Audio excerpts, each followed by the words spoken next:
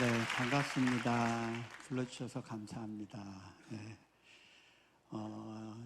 제가 예전에 괌의 한 한인교회 말씀 집회 간 적이 있었습니다. 근데 그때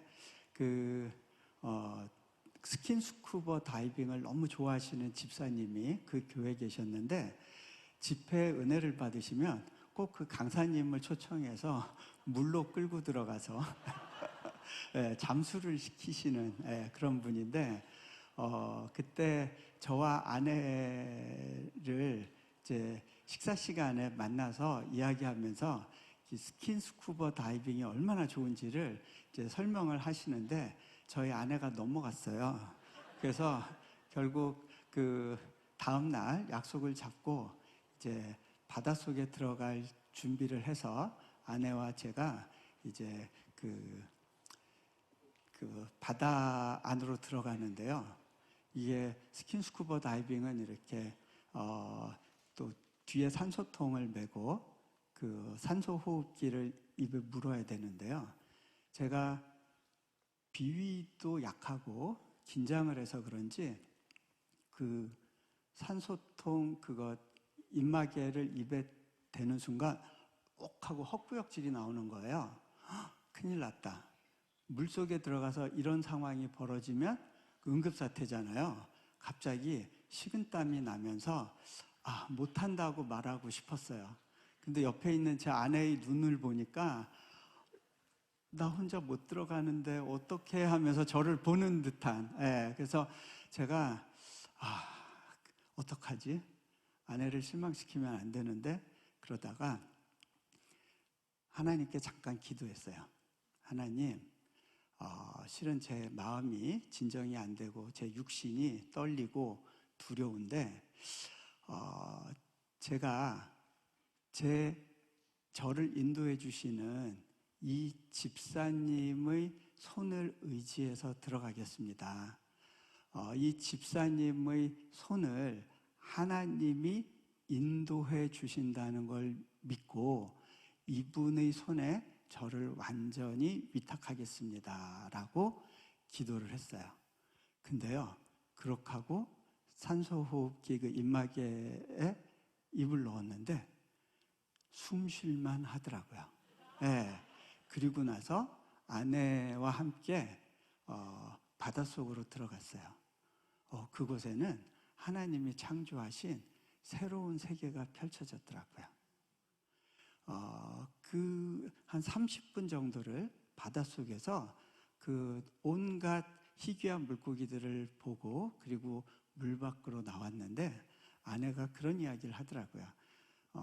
자기가 무서웠는데 그때 내 손을 잡아주고 가는 이 가이드 분을 하나님께서 인도해 주시기를 위해서 기도했대요. 그러니까 결국 같은 기도를 한 거예요. 그런데 둘 다 그렇게 의지하고 물속으로 들어갔기 때문에 볼 수 있었던 세계가 있었어요. 우리가 그 세계에 들어가기 위해서는 두려움과 귀찮은 마음과 불편한 마음을 넘어서야 돼요. 그런데 그때 필요한 것이 온전한 위탁이라는 것을 저는 배울 수 있었습니다. 어떻게 보면 저는 다른 분들보다는 인생에서 좀 극단적인 경험을 좀 많이 했던 것 같아요. 죽음의 고비를 넘고 그리고 어려운 환경 속에서 이렇게 누비고 다니는 그러한 시간들이 있었어요. 그런데 그것이 가능할 수 있었던 이유는 바로 오늘 말씀처럼 여호와를 의지했기 때문입니다. 내 길을 그분께 의지했을 때 하나님께서 여시는 새로운 길을 지속적으로 경험할 수 있었습니다. 때로는 하나님이 인도하시는 그 길 가운데 이해가 안 되는 경우들도 많았어요. 그리고 제가 그리고 있었던 그림과는 전혀 다른 그러한 길로 저를 인도하신다고 느낄 때도 많았습니다. 그리고 세상이 이야기하는 어떤 기준이나 원칙과는 다른 그러한 길로 주님이 저를 인도해 가실 때 저는 주님, 저는 내일 일을 잘 모릅니다. 하지만 주님 손에 내 삶을 온전히 의탁합니다. 그렇게 고백하는 여정이었습니다. 제가 몇 가지 예를 들어 드리겠습니다. 첫 번째, 하나님의 저를 향한 특별한 요구. 그것은 대학에서 열심히 공부했던 제 전공을 하루아침에 바꿔서 유학 가는 것이었습니다. 실은 제가 유학을 놓고 기도할 때 은밀하게 제가 하나님으로부터 받았던 어떤 그런 내용들이 있었습니다. 근데 그 중에 하나가 미국도 좋고 영국도 좋다라는 그런 내용이었어요. 근데 이게 왜 그 내용을 제가 기도 중에 받고 떠올렸는지 저는 그때는 몰랐어요. 근데 그 전공을 그 당시에 저는 이제 중국사 전공을 했었습니다. 제가 생각할 때 나름대로는 제 인생을 계획을 하면서 동양인으로서 중국사를 하고 또 미국의 무대에서 활동을 한다면 이거는 경쟁력이 있을 거야. 누구보다도 내가 잘할 수 있을 것 같아. 중국어도 준비되고 일본어도 준비되고 한문도 준비되고 그렇게 해서 미국에 가게 되면 내가 뭔가 다른 사람들보다는 훨씬 경쟁력을 갖겠지라는 그런 생각을 가지고 오랜 시간 동안 아주 기본기를 다지면서 잘 준비를 했었습니다. 그런데 유학을 가려고 할 때 저희 지도 교수님이 가지 말라는 거예요. 너는 이곳에 남아서 내 밑에서 배워도 충분해. 굳이 이 분야는 유학 갈 필요가 없다고 나는 생각하는데, 그러시면서 제 유학을 수용해 주지 않는 거예요. 한국 풍토에서는 지도 교수님의 그러한 이야기에 거부하게 되면 학계에 발을 붙이지 못할 수 있습니다. 저는 유학을 놓고 기도하고 나름대로는 하나님께 응답을 받았다고 생각했는데 하나님께서는 그 길을 여시지 않는다고 느끼고, 그 당시에 저는 어떻게 생각을 했냐면 지도 교수님의 말이 어떤 면에서는 하나님의 말씀보다 더 크게 다가왔던 것 같아요. 내 인생에 더 큰 영향을 미치는 존재라고 지도 교수님을 생각하고 있었던 것 같아요. 그래서 이 부분을 놓고 이제 하나님과 씨름하면서 기도하고 있었는데, 저희 지도 교수님이 논문이나 잘 쓰라고 그러면서 독일로 안식년 가셨어요. 근데 중간에 돌아오셨는데 이분이 그 사이에 교회를 다니시게 됐어요. 그러고서는 저한테 잠깐 학교 와서 보자고 그러셨는데 마음이 바뀌셨던 것 같아요. 뭐라고 이야기하시냐면, 자네 굳이 유학을 가려면 아예 새로운 분야를 해보면 어떻겠나? 중동사, 이슬람사 이런 거 어떤가? 이거는 새로운 분야고 그 분야를 하고 한국에 오면 여러 가지로 한국에서 필요한 일들이 많을 텐데 아예 전공을 바꿔서 가보지 않겠나? 그러시면서 미국도 좋지만 이 분야는 영국도 좋겠는데 말씀을 하시는데, 그 순간 제가 왜 기도 중에 이 말씀이 있었지라고 이해를 못하고 있었다가 그 순간 똑같은 이야기를 교수님의 입을 통해서 들으면서 뭔가가 있을 수 있겠다. 하나님이 내 인생의 방향을 바꾸기를 원하시나? 그런데요, 이거는 너무 큰 도전이에요. 왜냐하면 7, 8년을 그렇게 밤잠 안 자고 준비했던 모든 것을 다 버려야 되는 거예요. 그리고 미국의 새로운 분야로 어플라이를 하는데 아무런 준비가 없는데 대학교가 받아줄 거란 생각이 안 들었어요. 그리고 그런 전공으로 준비 없이 미국에 가서 서바이벌이 가능할까? 저는 자신이 없었습니다. 심각한 문제이기 때문에 진지하게 기도하기 시작했습니다. 근데 여러 날 기도하던 중에 어느 날 한 성경 구절이 제 머리를 때렸습니다. 히브리서 11장 8절의 말씀이었습니다. 아브라함이 장래 유업으로 받을 곳에 부르심을 받아 갈 때 갈 바를 알지 못하고 떠났다는 성경 구절이었습니다. 근데 그때 제 머리를 쳤던 구절은 갈 바를 알지 못하고라는 단어였습니다. 아, 그렇구나. 믿음은 다 알고 확인하고 돌다리 두드리면서 가는 것이 아니구나. 하나님의 부르신 가운데 다 이해되지 않지만, 다 알지 못하지만, 자신이 없지만 그저 나를 맡기고 내 길을 하나님께 의탁하는 거구나.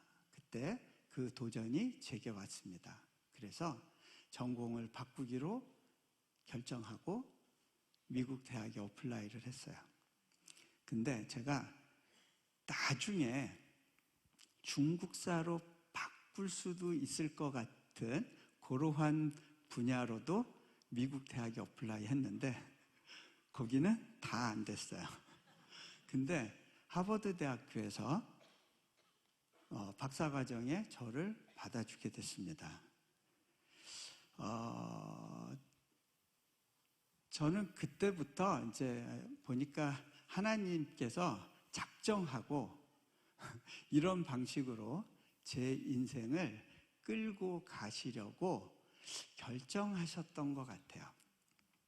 제가 미국에서 공부하는 게 그 당시에 너무 힘들었어요. 왜냐하면 제가 가장 준비가 안 된 학생이었거든요. 새롭게 아랍어와 페르시아어를 배우는 것도 쉬운 일이 아니었습니다. 제 평생에 언어를 너무 많이 해야 됐어요. 제가 이렇게 따져보니까 한 9개가 돼요. 배운 언어가. 예. 제가 언어를 잘하는 사람이 아닌데 얼마나 힘들었겠어요.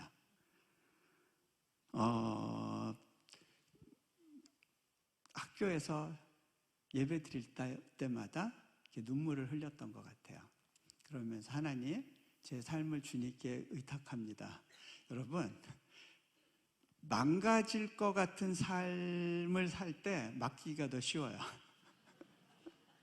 내가 웬만큼 할 수 있고 잘 나갈 것 같으면 맡긴다는 이야기 안 하죠. 하나님께서 그 박사과정 기간 동안에 저희 마음을 많이 낮추셨어요. 그래서 제가 급기야는 이런 결단의 기도를 하게 됐어요. 하나님, 제가 이곳에서 무사히 박사학위를 마치게 되면 제 삶의 2년을 하나님께 헌신하고 선교지에 가서 주님을 섬기는 일을 하겠습니다 라고 결단을 했어요. 근데 그 기도를 하고 나서 보니까 이 기도를 제 서원을 가장 잘 이행할 수 있는 타이밍은 박사학위 받고 졸업하자마자인 것 같았어요. 왜냐하면 이미 잡을 잡아버리면 그 다음에는 제가 하나님께 서원했던 걸 지킬 수 없을 것 같았습니다. 그래서 하나님의 은혜로 박사학위 졸업할 수 있게 되자마자 몽골로 선교사가 돼서 헌신해서 이제 떠났습니다. 근데 저는 2년만 헌신할 거라고 생각했기 때문에 일반적인 선교사로서의 준비를 하나도 하지 않았습니다. 선교 훈련이란 것도 안 받았고요. 왜냐하면 빨리 하고 돌아와야 되니까. 그리고 신학교를 가본 적도 없고 그냥 교회에서 여러분들과 똑같이 그냥 신앙생활 하다가 어느 날 갑자기 선교지로 옮긴 것밖에 없어요. 후원도 모으지를 않았어요. 왜 그러냐면 그 물가가 비싼 보스턴 땅에서도 8년 동안 우리 네 가족을 하나님께서 먹이고 입히신 것에 대한 간증이 있었기 때문에 그 물가 싼 몽골에서 2년을 있는 동안 하나님이 굶기실 거란 생각이 안 들었어요. 그래서 후원도 모으지 않고 들어갔습니다. 그게 좋은 일이다, 잘했다라고 말씀드리는 건 아니고요. 제 나름대로 믿음의 결단이긴 했는데 어차피 2년이니까 하나님이 주신 것만 가지고 살아보겠습니다라는 마음으로 이제 몽골에 들어가게 됐습니다. 근데 들어가자마자 대학교에서 교수로 가르치는 일과 또 선교사님이 두고 떠난 교회를 맡아서 목회해야 되는 이제 부담이 저에게 주어졌습니다. 당장 제가 들어간 그 주일부터 강단에서 설교를 해야 됐어요. 저는 몽골어를 몰랐어요. 그리고 몽골 사람들의 마음을 모르겠더라고요. 여기 교인들의 문화라든가 사고 구조에 대한 이해가 없이 그냥 통역을 끼고 그 주부터 설교하면서 그렇게 몽골 생활이 시작됐습니다. 제가 맡은 교회의 교인들을 보면 너무너무 가난한 사람들이었습니다. 어느 정도로 가난했냐면 몽골은 영하 30도, 40도까지 쉽게 내려가는 그런 나라입니다. 그리고 겨울이 길어요. 한 1년에 8개월 정도 영하권이에요. 그래서 심지어는 이 사람들이 너무 추우면 시베리아로 추위를 피해서 왜냐하면 시베리아가 훨씬 따뜻하니까 그런 곳이었어요. 근데 거기서 영하 30도에 우리 교회 청년들이 땔감이 없어서 벌벌 떨고 있는 거예요. 제가 그걸 보고 너무 마음이 아팠어요. 그래도 저는 저희 집도 굉장히 험불해서 보통 단기 선교팀이 오면 우리 학교에서 저 사람 집으로 보내자고 할 정도로 그 험불한 집이긴 했지만 그래도 난방은 됐었거든요. 근데 난방이 안 되는 우리 교인들의 집을 보면서 제가 마음이 너무 아파서 뭔가를 해주고 싶었어요. 근데 기도하는데 하나님께서 주신 마음은 그 사람들 네가 함부로 건드리지 말라는 거예요. 함부로 재정 지원하지 말라는 거예요. 여러분, 돈이 있는데 그리고 빤히 저 사람 힘든 거 아는데 안 도와주는 거 쉽지 않습니다. 제가 어떤 때는 떼굴떼굴 굴러야 됐어요.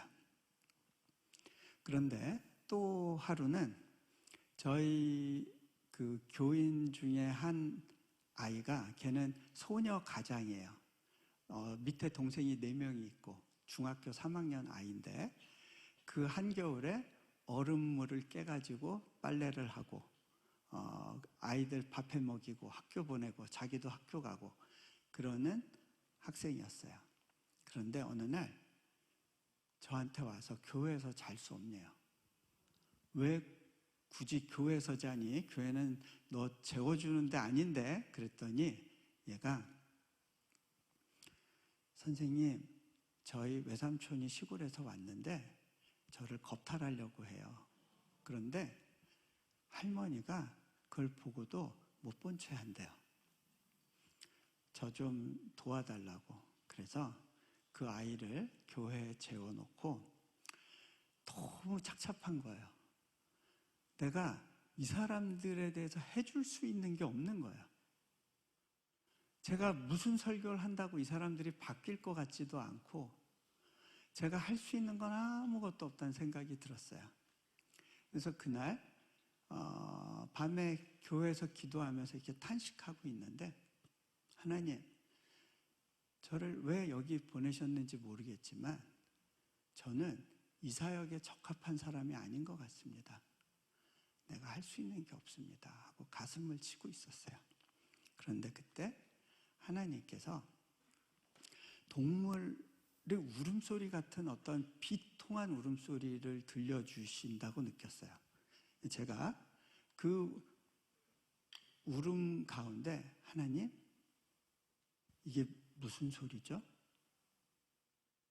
하나님께 물으며 기도하는데 하나님께서 이런 마음을 주세요. 그 울음은 이 백성을 향해 울고 있는 나의 울음이다. 너도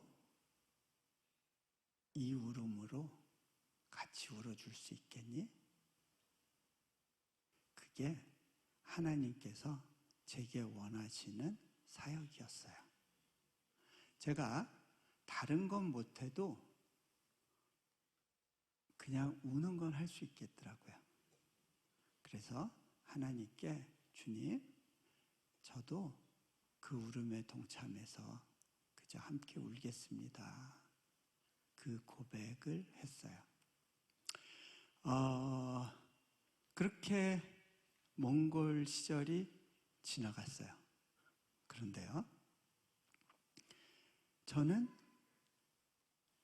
그리고 나서 이제 몽골 땅을 떠난 다음에 잊어버리고 있었는데 한 5, 6년 전에 제가 시드니에 말씀 전할 일이 있어서 가게 됐을 때 거기서 우리 몽골 지체들한테서 연락이 오는 거예요. 보니까 거기서 공부하는 학생이 2명이고 선교사가 돼서 선교 훈련 받는 친구가 1명이 있었어요. 정말 가난하고 어려웠던 애들인데 제가 이렇게 보니까 한국에 와서 석박사 한 친구도 있고 세계 곳곳에 나가서 공부하고 있는 거예요. 아니, 이렇게 정말 찢어지게 가난한 놈들이 어떻게 이렇게 곳곳에 가서 공부하고 이러고 살고 있지? 그때 제게 깨달음이 왔어요. 아, 이거였구나. 그 친구들한테 정말 필요했던 건 땔감이 아니었어요. 먹을 것이 아니었어요. 하나님의 말씀을 의지하고 살았던 삶의 본을 그들이 보고 나도 저 선생님처럼 저렇게 한번 하나님께 구하며 살아봐야지라는 소망을 갖게 했던 거였구나. 그것 때문에 이 녀석들이 그렇게 환경적으로는 도대체 상상할 수 없는 가난한 환경 속에서 이렇게 길들을 찾아서 세계 곳곳에 나와서 공부하고 배우고 있는 거구나. 그 생각을 하게 됐습니다.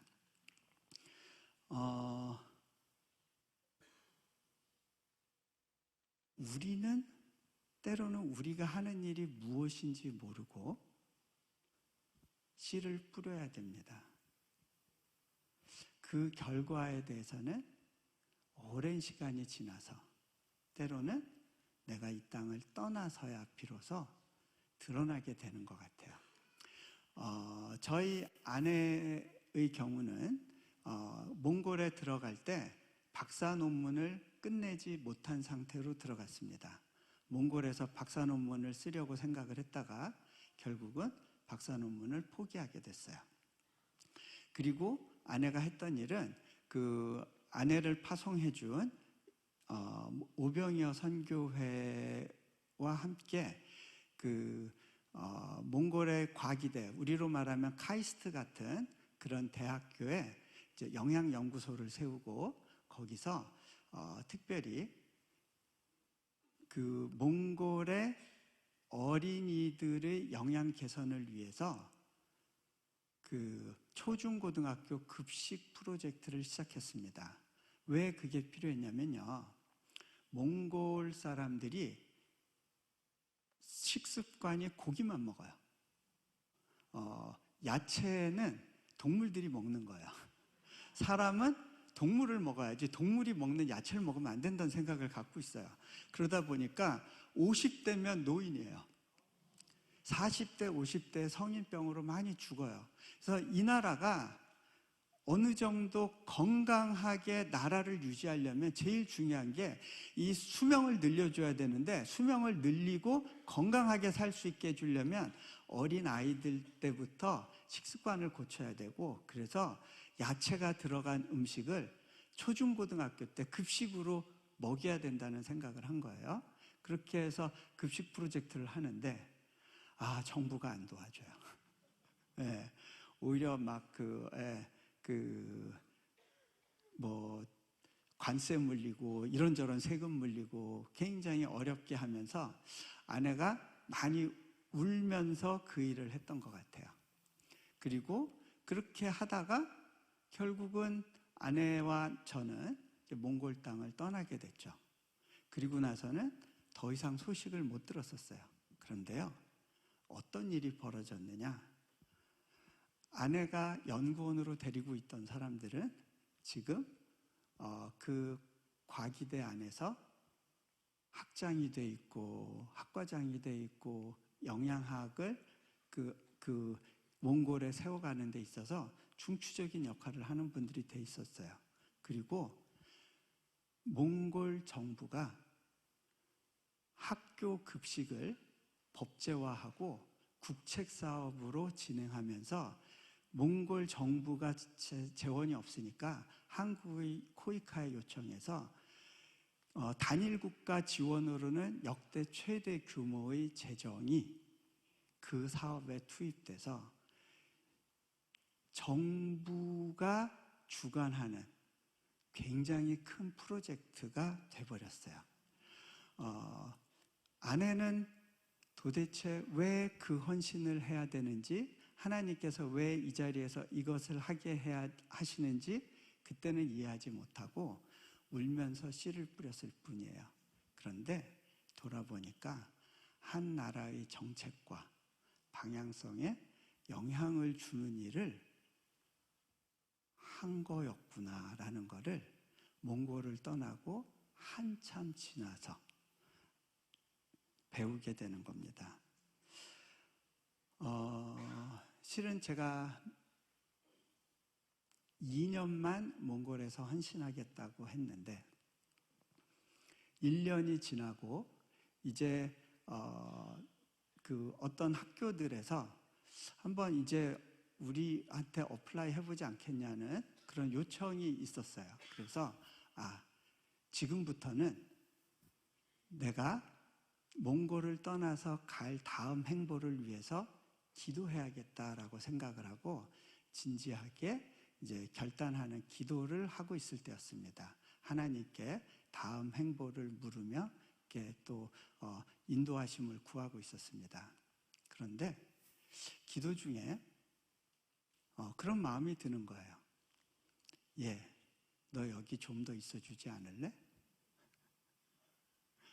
근데요, 그 초청이 너무 달콤한 거예요. 제가 1년 동안 하나님이 인도하시는 삶을 경험을 했잖아요. 그러고 나서 보니까 여러분, 성경 말씀에 이런 말씀이 있죠. 너희는 여호와의 선하심을 맛보아 알지어다. 그 맛을 본 사람은요, 그 맛의 중독성에서 벗어날 수가 없어요. 몽골 사람들이 한국에 오면 한국의 맛에 중독이 돼서 벗어나질 못해요. 그 한국의 맛 그러면 뭐냐?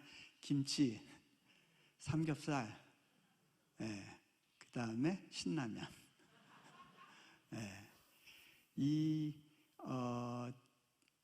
한국의 맛도 중독성이 있지만 하나님의 맛은 훨씬 강력해요.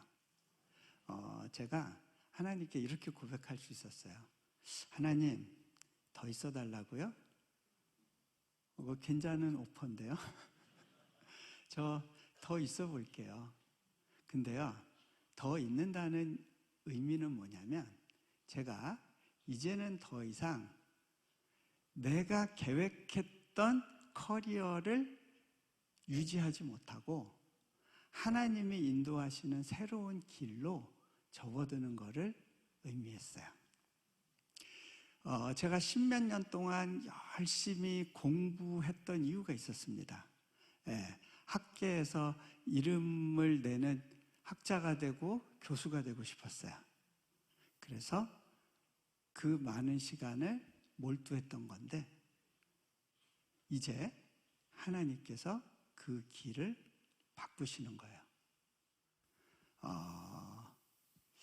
아까운 생각도 들었어요.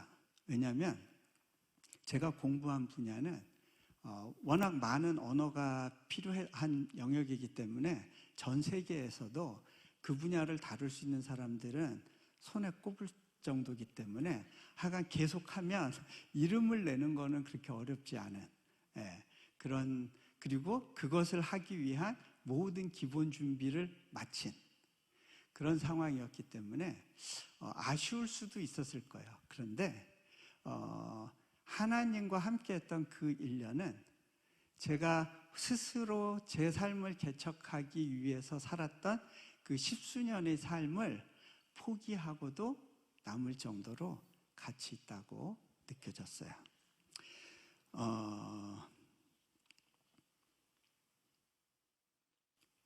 그렇게 몽골에서 계속 남아서 잘 시간을 즐겁게 보내고 있었습니다. 몽골에서 아는 분들이 많아졌어요. 몽골의 유력자분들, 대통령하고도 알고 지내는 사이가 되니까 이제는 여기가 홈그라운드가 되고 여기서는 뭐든지 할 수 있겠다라는 생각이 들었어요. 이제 본격적으로 이 나라를 위해서 내가 열심히 섬겨보자 하던 그 시기에 기도 중에 하나님이 계속 불편한 마음을 주시기 시작해요. 떠나야 된다는 거예요.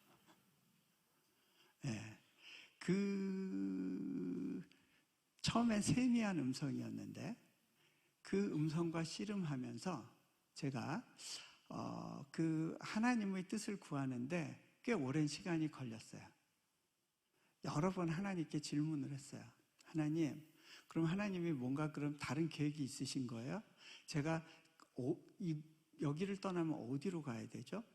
자, 여러분, 보통 여러분이 떠나기 전에 집을 구하더라도 내가 집 떠나는 게 먼저가 아니라 살 집을 먼저 확보해 놓고 그리고 자기 집을 정리할 생각을 하잖아요.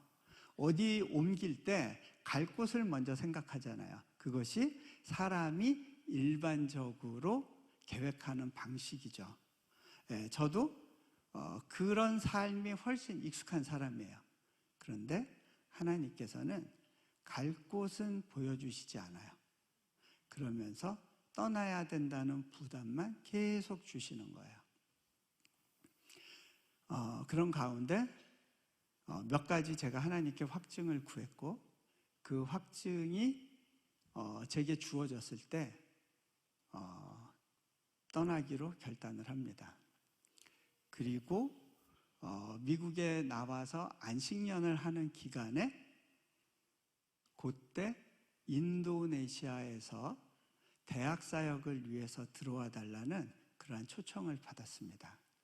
인도네시아는요, 저는 영하 40도의 추위 속에서 살던 사람인데 인도네시아는 1년 내내 영상 30도가 넘는 날씨를 갖고 있는 나라입니다.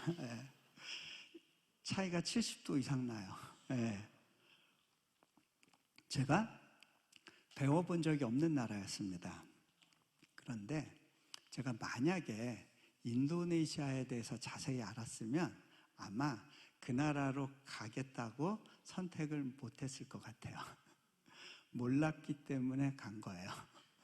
하나님은 때로는 우리의 삶 가운데 모든 걸 다 보여주시지 않아요. 제가 만약에 인도네시아에서 제가 겪어야 될 일들을 미리 알 수 있었다면 아마 선택하는 게 너무너무 고통스럽고 어려웠을 것 같아요. 어쨌든 하나님께서 그렇게 인도네시아로 부르신다는 확신을 받았고 그곳에서 대학 사역을 시작하라고 하는 마음을 받고 그곳으로 이제 들어가게 됐습니다.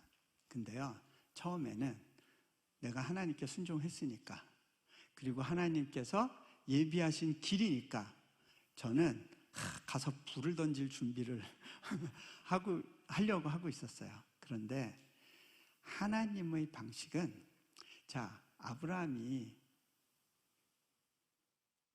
하란 땅을 떠난 이후에 가나안 땅에서 처음으로 만난 건 기근이었어요.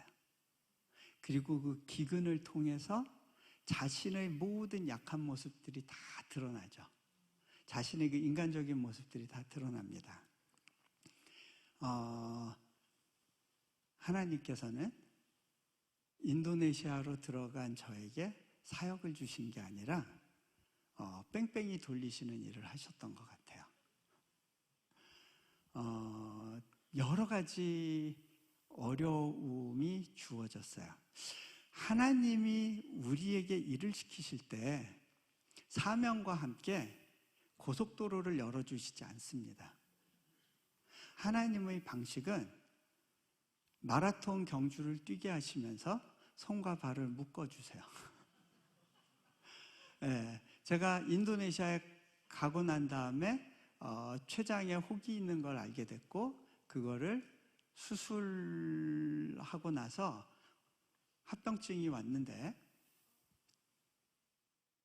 그 당시에 그 상황이 지속되면 저는 절대 위생 상태가 좋지 않은 나라에서는 살 수 없는 그런 상황이었어요. 또 안식년 기간에 하나님이 또 넷째를 주셔가지고 아내도 손발이 묶이게 됐고요.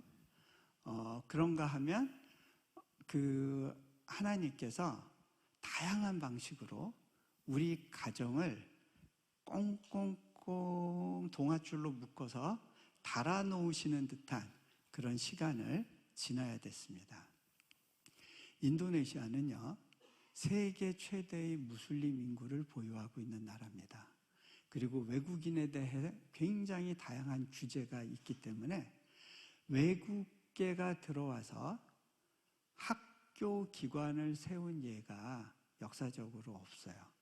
네, 화란 시대 빼고는. 네, 그래서 모든 면에서 쉽게 가기 어려운, 몽골하고는 전혀 다른 환경 속에 뚝 떨어져 있었습니다. 아침에 일어나면 저와 함께 동역하겠다고 팀도 와 있는데 우리가 말똥말똥 오늘은 뭐 하지?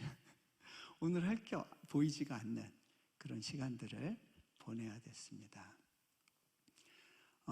거기다가 비자에 문제가 생겨서 온 팀원들이 계속해서 해외로 나갔다가 들어왔다가 떠돌이 신세를 해야 되는 상황이 됐고요. 재정도 없었고요. 그런 가운데 하나님께서는 그동안 의지했던 분들로부터 또 저희를 하나씩 하나씩 끊으시는 것을 또 보게 됐습니다. 그게 하나님이 우리를 다루시는 방식인 것 같아요. 근데 좀 만만한 일을 맡겨주시고 그러면 상관이 없는데, 네, 이슬람권에서 선교의 교두보가 되는 교육사역을 하고 대학을 세우는 일은 어마어마한 재정이 들고 어마어마한 인력과 수많은 사람들의 총체적인 노력이 필요한데, 이렇게 손발을 묶으시는 하나님이 이해되지 않았던 시간들이 있었습니다. 제가 극적으로 몸이 회복이 돼서 다시 인도네시아 땅으로 들어갔을 때, 그때 저는 제가 할 수 있는 건 아무것도 없다는 생각이 있었습니다. 예배를 드리고 있었는데 그때 현지인 청년들이 앞에 나와서 찬양을 합니다. 주 품에 품으 나누소서. 제가 그 찬양을 들을 때 그냥 넋두리로 하나님, 저도 좀 안아주시면 안 될까요? 저도 좀요. 그렇게 하고 있는데 그때 왠지 제 마음속에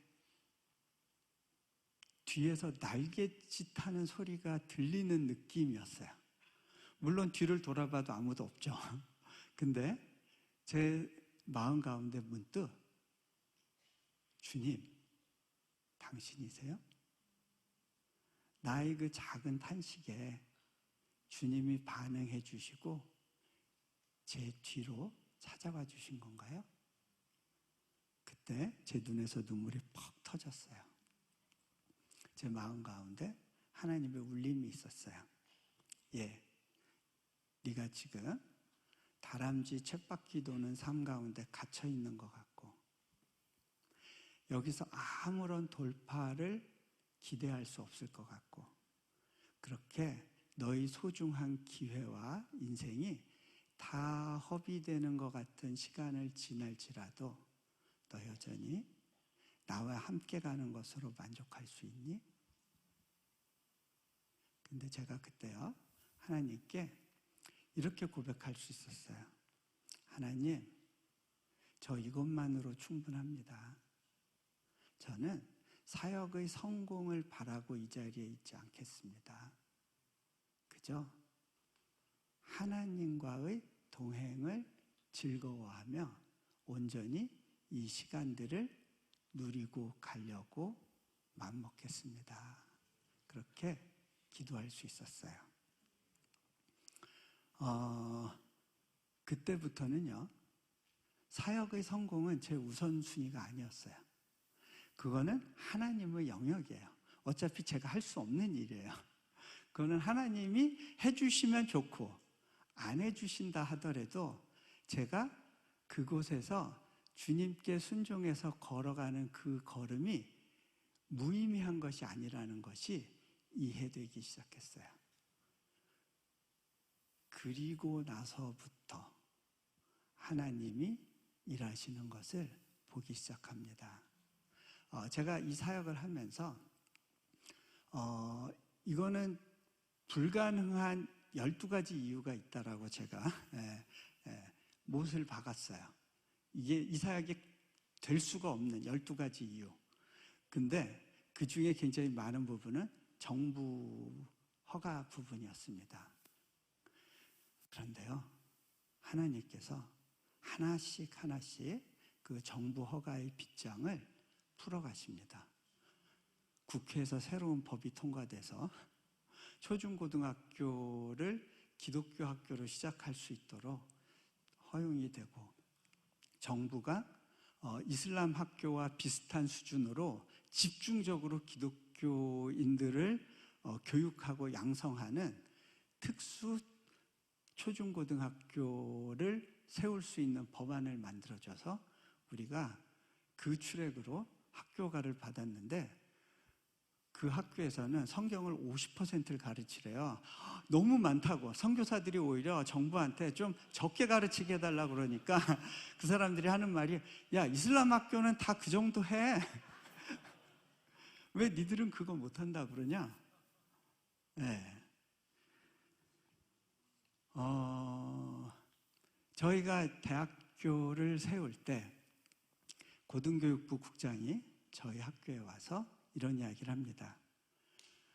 지금까지 10몇 년간 우리 정부에서 신규 대학 허가를 해준 적이 없었습니다. 당신네가 첫 사례입니다. 우리가 그만큼 당신들한테 기대하고 있다는 표현이기도 합니다. 그 이야기를 하는 거예요. 그런데요,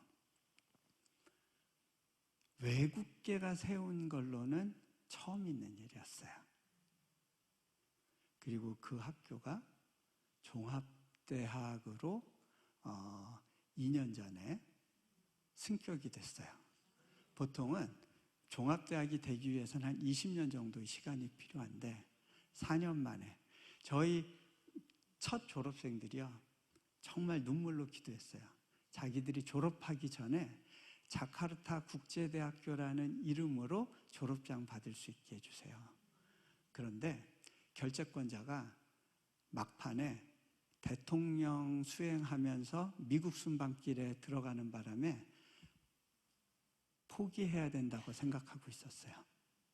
그런데 그 사람이 극적으로 돌아오자마자 당일날 사인을 해줘서 학생들이 졸업식 하기 5일 전에 종합대학 허가가 난 거예요.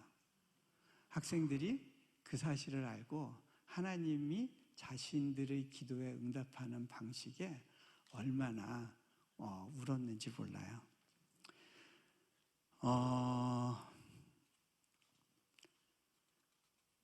학교 모습 한번 좀 보여드릴까요? 예, 우리 그 영상장, 저렇게 생겼어요. 저게 이제 우리가 첫 건물 지었을 때의 모습이에요. 저 첫 건물을 지을 때 재정이 한 50억 원 정도 필요했어요. 근데 저희 수중에 5억 원도 없었어요. 건축회사와 계약을 하면 1년 안에 건축이 진행되게 되고 1년 안에 그 재정을 갚아야 되는 거예요. 하나님께 기도할 때 하나님께서 가라고 하셨어요. 계속해서 전진하라고. 하나님 그럼 저 45억 하나님 어떻게 해결해 주실 거예요? 하나님은 No turning back, keep going 사인을 계속 주셨어요. 네. 그리고 나서 공사가 시작이 됐는데 제 책상에 계속해서 이 인보이스가 쌓이는 거예요. 그리고 결제 허가를 해달라고 하는 그러한 서류들이 제 책상에 계속 쌓여요. 제가 혼자 독박 쓴 느낌이었어요. 하나님께 따졌어요. 하나님, 제 보스가 하나님 맞죠? 근데 정작 왜 결제는 다 제가 해야 돼요? 이거 결제 이거 제대로 못하고 대금지금 못해서 혹시 감옥 갈 일이 생기게 돼도 제가 가지 하나님이 가는 거 아니잖아요. 그러면 제가 보스지 어떻게 하나님이 보스예요? 책임지는 사람이 보스지. 제가 하나님께 따졌어요. 하나님이 보스면 이거 좀 받아주세요 하고 이렇게 하늘로 올리면 다시 땅에 떨어져요. 제 책상에 또 떨어져요. 내가 보스 맞네. 그러고 있는데 하나님, 저는 올해 연말 오는 것도 기쁘지 않고요. 크리스마스도 안 왔으면 좋겠고요. 하여간 시간이 안 갔으면 좋겠어요. 막 투덜거리고 있는데 하나님께서 제게 이런 마음을 주세요. 예, 너 기왕이면 그 부담 가운데서라도 좀 웃으면서 가줄 수 없겠니? 여러분 한 50억 빚지고 웃어주세요. 예, 근데요, 제가 그때 순간적으로 깨달음이 왔어요. 하나님은 날 힘들게 하는 것이 목적이 아니구나. 그래서 재정을 공급하시는 손을 늦추시는 게 아니구나.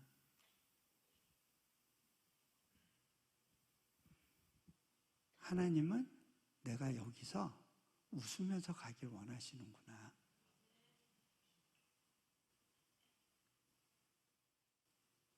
그렇게 한번 가봐야겠다는 생각이 드는 거예요.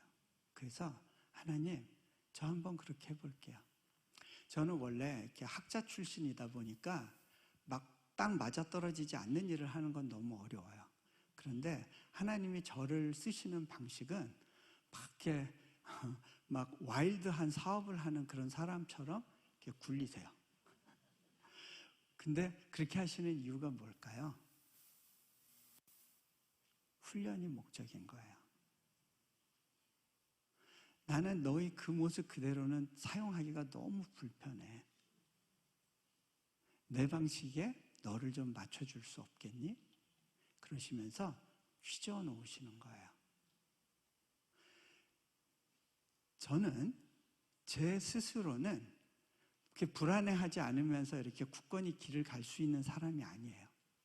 그런데 하나님이 주신 도전 가운데 믿음으로 반응을 하면 그렇게 사라지더라고요. 그때부터 제가 돈을 막 써보기로 결심했어요.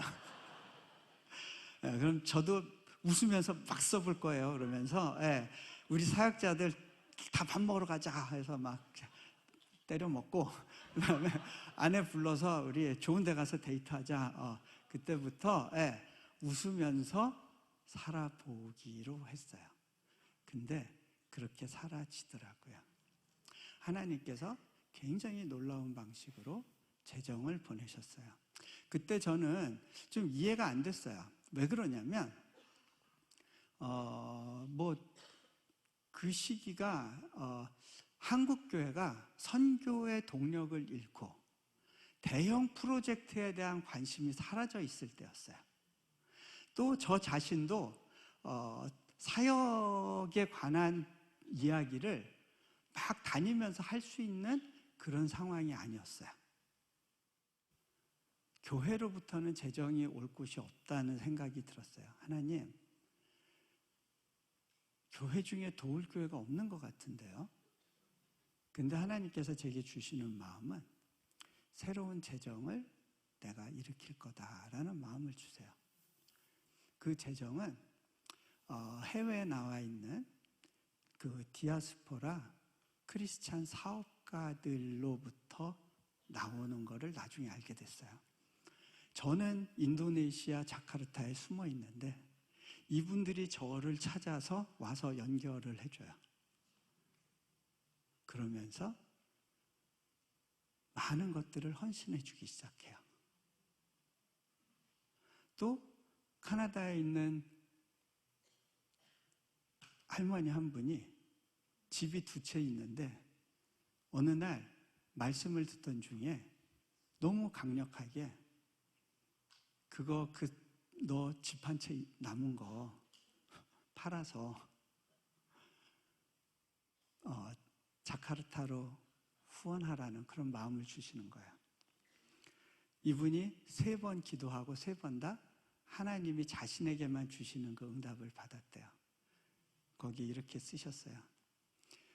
선교사님,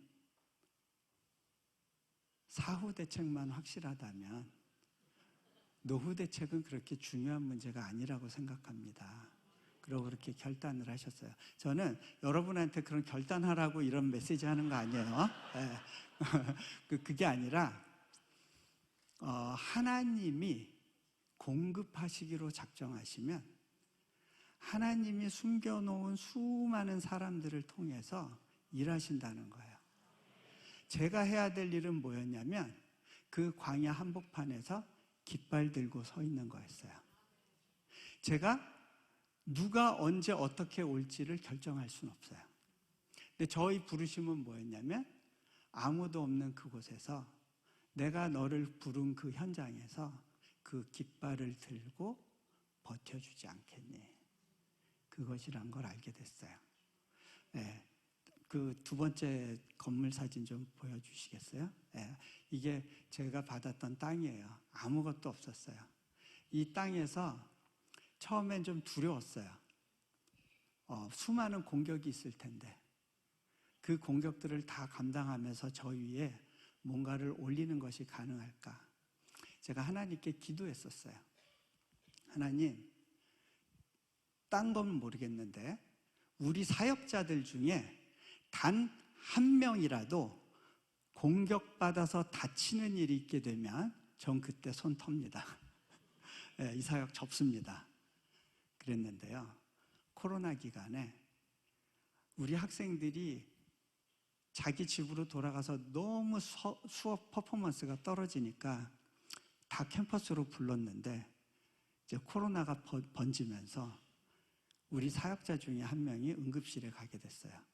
생명이 위협받는다는 그런 생각이 들었을 때 제가 하나님께 기도할 때 하나님이 옛날에 제가 했던 기도를 떠오르게 하세요. 예, 너 그때 그 기도했던 거 기억나니? 너 그 기도 바꿔보지 않겠니?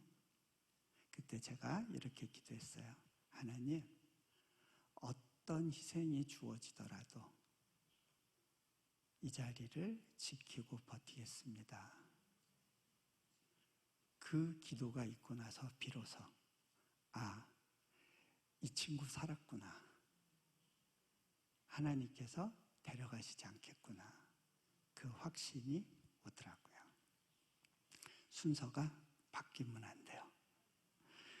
네. 하나님께서 저희 사역의 한쪽으로는 저의 연약함과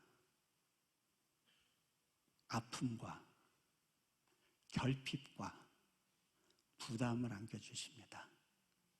그런데 또 한쪽에서는 하나님의 놀라운 역사하심과 하나님의 그 특별한 은혜를 주십니다.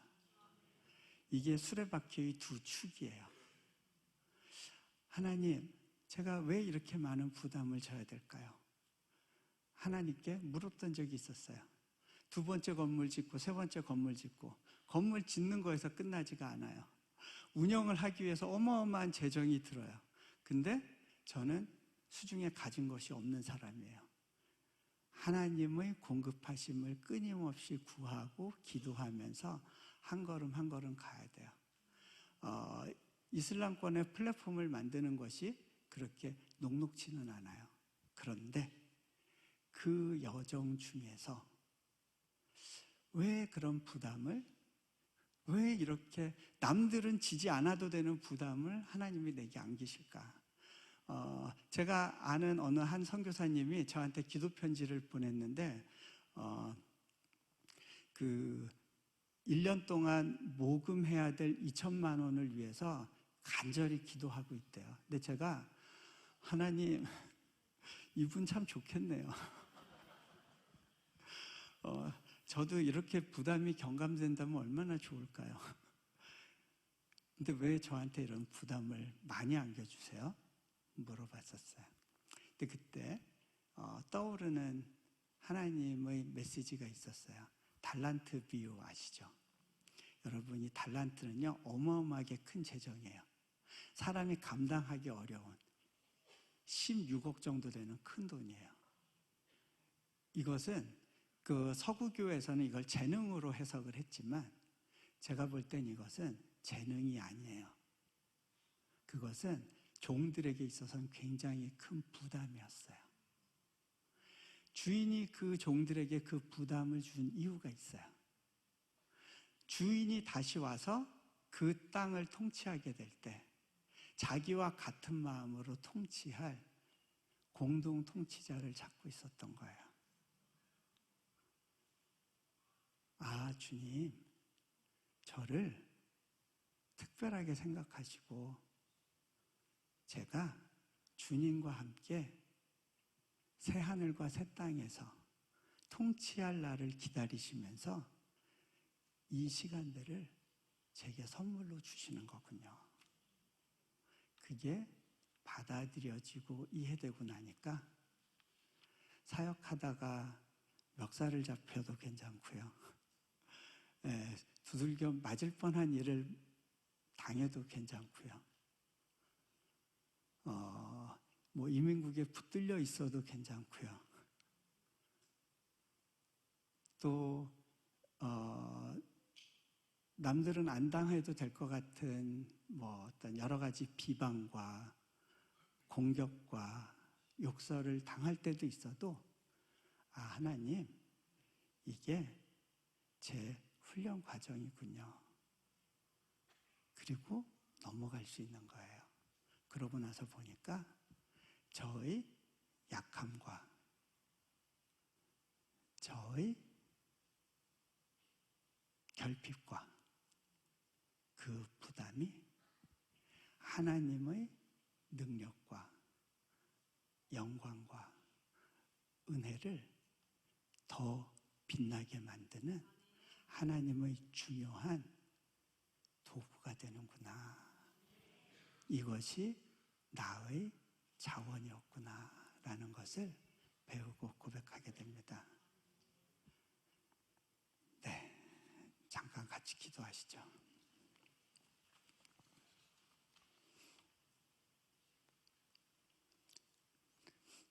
때로는 하나님께서 우리 삶에서 우리를 너무 귀하게 보셔서 허락하시는 선물이 있습니다. 그런데 그 선물이 내 계획, 내가 원했던 거와는 다른 거일 때가 있어요. 그런데 그 속에 하나님이 우리에게 심어주신 연약함과 결핍과 부담이 하나님의 하나님 되심을 보이게 하는 우리의 중요한 자원이 된다는 것을 여러분들이 기억하면 좋겠습니다. 그리고 내가 원했던 길이 아니지만 주님이 나를 위해서 예비하신 그 길 가운데 나를 온전히 의탁했을 때 하나님이 나의 그 부족함을 들어서 하나님의 영광을 드러내는 도구로 사용하시는 그런 기회가 주어진다는 것. 그것이 우리에게 은혜가 됩니다. 제가 짧게 기도하고 마칩니다. 하나님, 우리 삶 가운데 하나님께서 묻어두신 그 자원들이 낭비되지 않게 하시고 내 생각과 내 길이 아닌 주님의 생각과 주님의 길이 우리를 압도하게 하시고 주님께서 새로운 길로 초청하실 때 온전한 맡김으로 또 기대감으로 기쁨으로 그 길을 대면할 수 있도록 주님 축복해 주십시오. 우리 주 예수 그리스도 이름으로 기도합니다. 아멘.